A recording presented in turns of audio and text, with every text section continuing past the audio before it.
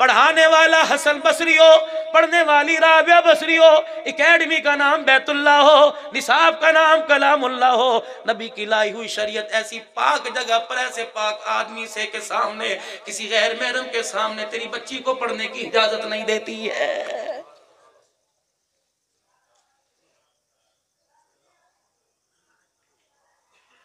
محلے والی کا لڑکا تیری لڑکی کو ساتھ انگلی پکڑ کے لے کے جائیو، جس دن اس نے انگلی پکڑ کے چھوڑی نا، خدا کی قسم منہ دکھانے کے قابل نہیں ہوں گے۔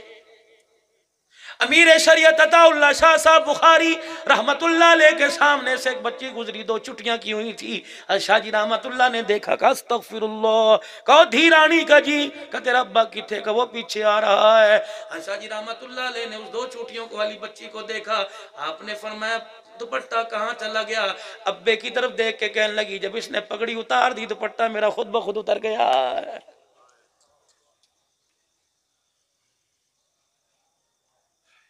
جب حیا والے دامن کو اس نے اتنا دور کر دیا کہ خدا کے گھر میں اللہ کے سامنے جا کر بھی سر نہیں چھپاتا، بازاروں کی تو دور کی بات ہے۔ جب اس نے مصلے پہ سر چھپانا چھوڑ دیا تو میں نے بازاروں میں سر چھپانا چھوڑ دیا۔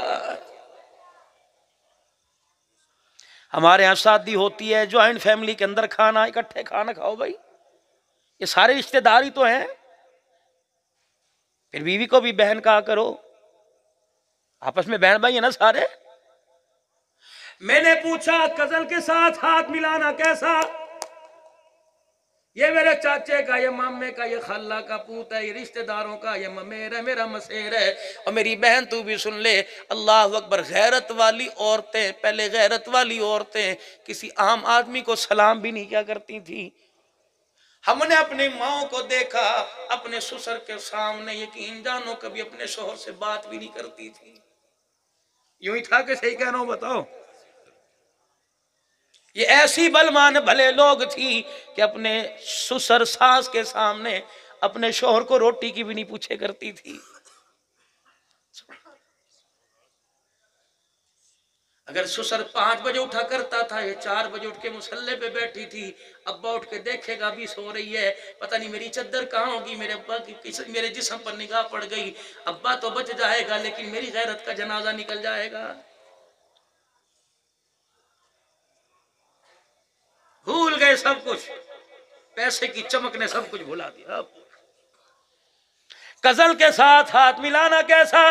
فرمایا ایک ہوتا ہے کتا، ایک ہوتا ہے سور۔ فرمایا کتا گلی میں سے دوڑ رہا ہو، اللہ اکبر، آپ گلی سے باہر نکلے، کتا دوڑ رہا ہے، آپ کتے سے ڈرے، کتا آپ سے ڈرا، آپ اس سے گلی میں لگ کے کھڑے ہو گئے کونے پہ، وہ بھاگا، جاتے ہوئے آپ کو ڈرا کے گیا، آپ ڈر گئے، وہ آپ سے ڈر کے بھاگ رہا تھا، جاتے ہوئے آپ کے کپڑوں سے ٹکرا کے گیا۔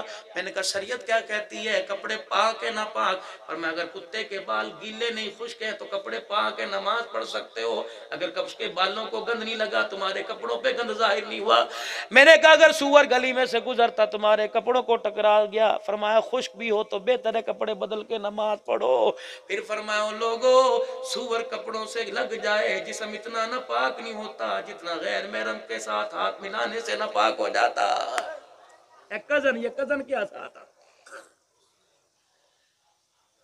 حقیقت کروں گا بیاں دوستو، چاہے کٹ جائے میری زبان دوستو، جس زمین پر نبوت کی توہین ہو، گر پڑے نہ کہیں آسمان دوستو۔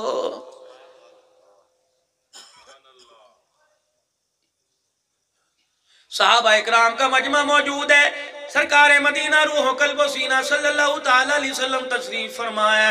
اللہ اکبر، جرت نہیں تھی صحابہ اکرام رضوان اللہ تعالیٰ علیہ مجمعین کی کسی مسئلے کے بارے میں رسول اللہ صلی اللہ علیہ وسلم سے سوال کر لیا کرتے، بلکہ انتظار میں ہوتے کسی قبیلے والے آئیں گے، کوئی وفد آئے گا، فلانے علاقے سے لوگ آئیں گے، کلمہ پڑھیں گے، اسلام کی حقانیت کے بارے میں پوچھیں گے، ہم کان لگا کے کان دھر کے بیٹھیں گے، جواب ہمیں بھی مل جائے گا۔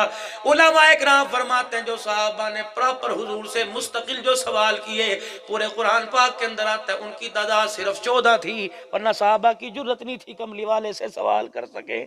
یہ ادب کا تقاضا ہے۔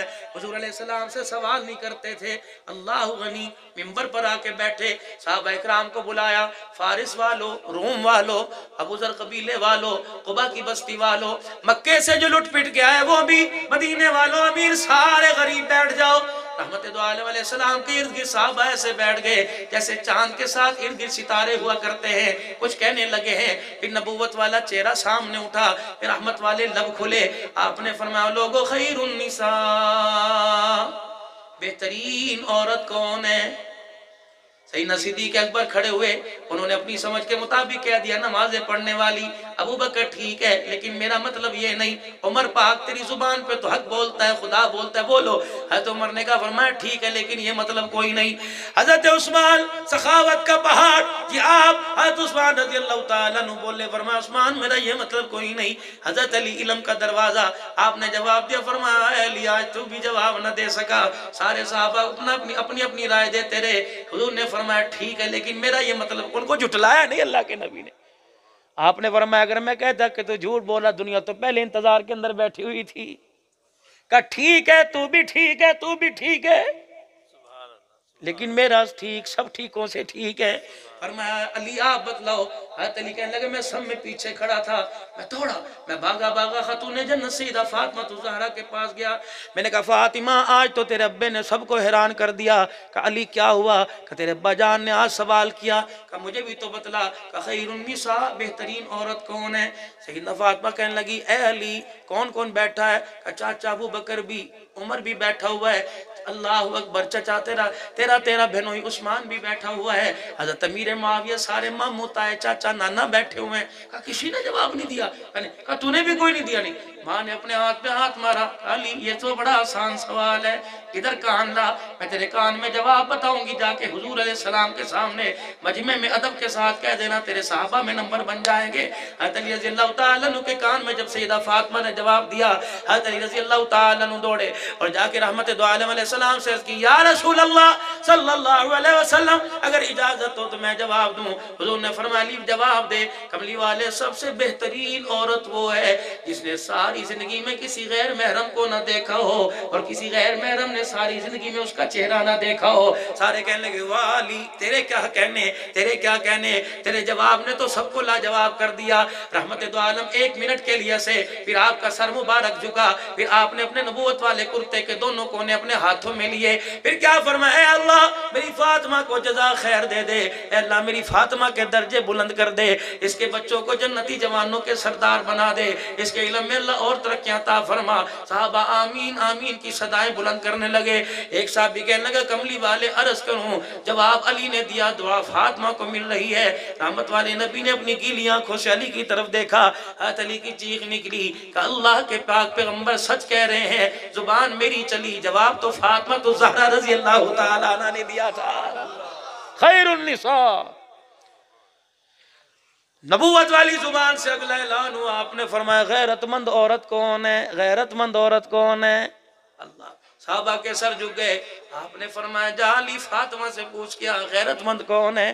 حضرت علی پوچھ کیا کہ یا رسول اللہ تیری بیٹی میری گھر والی حسن حسین کی امی کہہ رہی ہے غیرت مند وہ ہے جو اپنی عزت بھی بچا لے، اپنا گھر بھی بچا لے، اپنے بچوں کو بھی بچا لے، اللہ کا شکر بھی ادا کرے، ہستی ہستی دنیا میں گزر بسر کرے، ہستی ہستی دنیا سے چلی جائے۔ اللہ اکبر، کبھی شوہر کا شکوہ باپ کے آگے نہ کرے، کبھی باپ اور گھر والوں کا شکوہ خدا کے آگے نہ کرے۔